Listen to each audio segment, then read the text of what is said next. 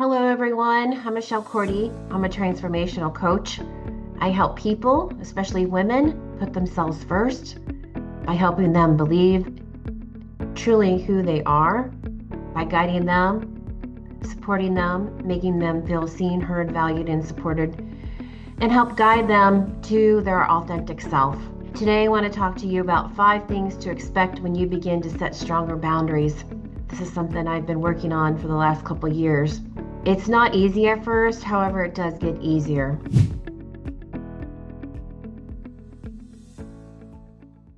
Number 1, people are starting to lose control over you and your life. So before they project their own feelings and insecurities, they shape your life limitations, they block your growth, they consider you to still be a child or the early life role they first encountered you. They attempt to manipulate you or shame you, guilt you into doing things. They benefit from your silence and submission. And then after, they meet the evolved person and version of you, unable to relate to your growth. They see you maturing and it scares them. They cannot handle your ability to finally speak your truth. This is when you say enough is enough. You have to put yourself first. People pick up on your energies. So if you are not aligned with who you truly are, it's impacting you in so many different ways. Number 2, no longer standing in the way of life's flow. So before you're doing things out of obligation because it's tradition, even if it's toxic or dysfunctional, joining draining activities out of obligation because it's family, forcing yourself to play a certain part or role, performative, you have your mask on, is in which mask do I need to wear in order for me to be liked or accepted in this situation? And then after, you're no longer forcing conversations or checking in, no longer pushing to look perfect or picking a perfect outfit in order to avoid any criticism or judgment, which are inevitable in a dysfunctional family. This is when you say, I'm going to wear what I want to wear because this is what I feel good in, and people can accept me for who I am. And if not, that's on them and not you. And no longer having to protect my energy or taking days to recover my energy. As I've said in the past, I'm a highly sensitive empath. For those that don't understand empaths, we feel everything. And sometimes we don't understand what we're feeling because they're either things that have been projected onto us from an early age, from either our bloodline or our current family, or those that have been in our life for a long time, or it's people that you meet that drain your energy, or it's the collective. Me, I pick up on all of it. A blessing and a curse. If you are around highly sensitive empaths, they need time, downtime. So don't get put off if they need to take time to themselves like I do. Silence is golden for me. That's when I have to gather myself again. And, one thing that really helps me that I do this, I'll say mantra in the shower, and I'll say, I release all low vibes, negative energy, anything's not serving me, and put it down the drain. I call back all energy that belongs to me. I release all energy that does not belong to me. And it's really powerful. I say that when I take my evening showers. Number 3, you make space for your authentic self expression and finally hear the needs of your soul. Before you're repeating the same cycles for many years, you're ignoring your purpose and mission to be of service to family and friends. And then after you're prioritizing your true soul's purpose and mission over societal gains. So you're no longer putting up with the bullshit of the world because when you awaken to who you truly are, you realize that the illusions of the world, the matrix, as people call it, and we are here on a sole purpose and mission, and that mission is whatever brings you joy and what uplifts you.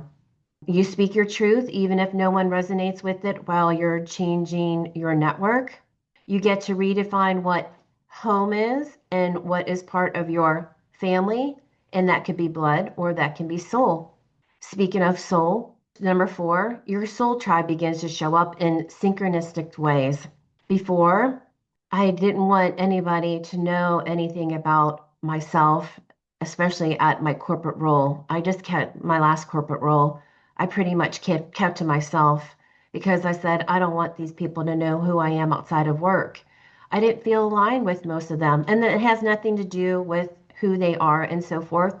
I was just trying to figure myself out after being in career transition for a year and a half. And that was really hard trying to figure this all out and then going to a job that wasn't aligned with who I was. And it took me a while to figure that out. And, hiding my emotions and my truth, such as, when I got divorced and it took me 5 or 6 months later to tell people on social media. A lot of people, most people, even some family members didn't even know that I was divorced. Why do we hide things, especially when people will eventually find out? That's why it's been so, so beneficial for me to speak my truth. And like I've said before, it is my soul mission and purpose because my life experiences and lessons, I've learned so much, and I feel like I have to pay it forward to others to help them out of their darkness to find their light. I have gained the courage to post videos and share more of my story on social media. And that takes a lot to be raw and vulnerable and real. And that's what I want to be because that's who I am. That's my authentic self. I'm not going to belittle myself like I have in the past. It is detrimental to my soul, and I will not allow to do that anymore or allow anyone else to dim my light because I've unburied myself out of the darkness and it feels wonderful. And believe me, I have my days. My life is not perfect, but is no longer where I was, and I'm very proud of myself for my growth. And speaking about topics that may be considered scary to approach by some people, again, speaking my truth, calling people out, having the tough conversations. And I want to give you a story about, Soul Tribe. I have talked about being on LinkedIn. That was my platform for a long time back in 2020. I was really putting myself out there on social media on LinkedIn, and I was posting pretty much every day. However, I did find so many wonderful, like minded, soulful connections with me doing that, for me putting myself out there on social media and being me, being true to me. I had so many wonderful one on one Zoom conversations with people throughout the world that I'm still connected to. There are people that you just meet and you just feel an instant connection. And that was happening so much on LinkedIn. And now that I'm within the last in on Facebook, I pretty much wrote off Facebook for quite a while. I just called it fake book. And I still think, social media can be a blessing and a curse, and I do believe it can be fake a lot. However, I think with me sharing my truth and my stories, especially about my divorce and everything that's gotten me to where I am today, it's really helped me with my true connections, especially on Facebook. And for those that support me continuously on all my social media platforms, but especially Facebook, you truly have a special place in my heart because, again, it is not easy to put myself out there and be real, raw, vulnerable, and authentic, but that's who I am. So, from the bottom of my heart, thank you. Thank you for your continued support. It means so much to me. And number five, people become your mirrors until you're fully able to separate yourself from others and their trauma, projections, etc. So before getting triggered and blaming the situation or others, not realizing how much my childhood, just trauma and wounding and limiting beliefs that were passed on to me that, that are not mine. And I've been working through that, and it's been very beneficial for my growth. and has really impacted my whole life in all aspects. And you're afraid to receive feedback and avoid communication and hard conversations. This was before because you just become a shell of yourself. Because what constructive criticism to me, and I'm still working on this, is it's just I don't hear the constructive part. I just hear criticism. And that's something that I am working on. So I do appreciate the comments and I do appreciate people being true to themselves with being true to me. So I thank you for that. But I am working on that because all I've ever learned is criticism because of things that were said in my past to me. So I'm a work in progress every single day. And then after, what is this person trying to teach me about myself? So that's what I ask when I'm triggered. Why am I triggered? People are mirrors. They bring out something in us that need to be healed inside of us. So we cannot lash out at the other person because it's something inside of us that needs to still be healed. Getting triggered and investigating the inner work because the inner work is so beneficial in all aspects of our life. It affects not only ourselves, but the people we surround ourselves with.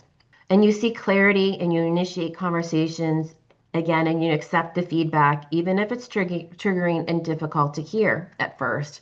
I want to share with you, notice the people that show up in your life when you start really setting boundaries for yourself. As I raise my vibrational frequency, everything is energy and has a frequency. You'll find the people that you no longer connected with or were very close to. You start finding different people that you are even more aligned with. And it's all okay to outgrow people that you've been friends with or connected with for a very long time. People come and go into your life for reasons. Maybe they're seasons, maybe they're lifetime people, maybe they're just people to trigger you, to help you heal. Again, people are mirrors. So be cognizant of how people come into your life because it is very impactful and you never know what reason. It could be an answered prayer from the universe. You're asking for certain things from what you expect in life. And then when you're given to it, it's prayers being answered. So don't dismiss that because, like I've been saying, life is way too short and it's going so fast. The life lessons for us is for us to get us aligned with our soul mission purpose. I will not stop setting boundaries for myself because it is aligning to who I am truly am. I greatly appreciate everyone and their comments for watching my videos, for the text messages, for any messages that you have sent me. From the bottom of my heart, thank you. I want you to keep believing in you, have compassion, grace, empathy, but most of all, love for yourself. When you love yourself, and I am a work in progress, as I always say, it is so healing. You feel different about yourself. I feel I have a different glow about me because I'm putting myself first, and it's not selfish, it's necessary. You've got this. Make it a great day. One thing that I've added to my new website is 5 doors of transformation. So what door will you walk through? What door are you going to knock on? Is it number 1? Depression? Been there, done that. And if you are in the trenches and just feeling lonely and just feel like you have been buried in a ditch and you're trying to unbury yourself and you're dealing with your shadow side and you're trying to find the light, that's door number 1. Let's talk. Door number 2, divorce.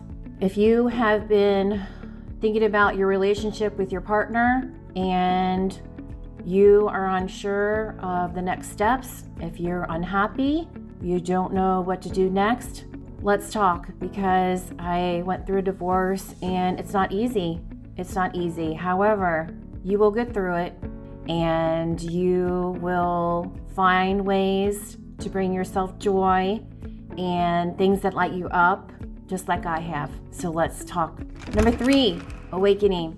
Are you going through your spiritual awakening? Don't think you're going crazy, because you're not. Are you realizing that there's more to what you're seeing in the world? The illusions? Yes, there's so much that we have been told that's a lie, and that we are here on a soul journey having a human experience. And I'd love to share with you more about that, so reach out. 4, self-love. Do you always put others before yourself? You can't pour from an empty cup. My big belief is you can't pour from an empty cup. There's so many people, especially women out there, who just give and give and give, and they don't know how to receive, because we're such givers from the heart, and that's what we feel like we have to do.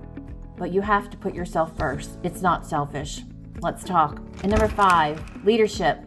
Are you the glue that holds the company together? Are you always the person behind the scenes? Are you always asked to do additional projects without the pay? Let's talk. Been there, done that. Thanks for taking a look, and I hope you book a discovery call with me. Take care.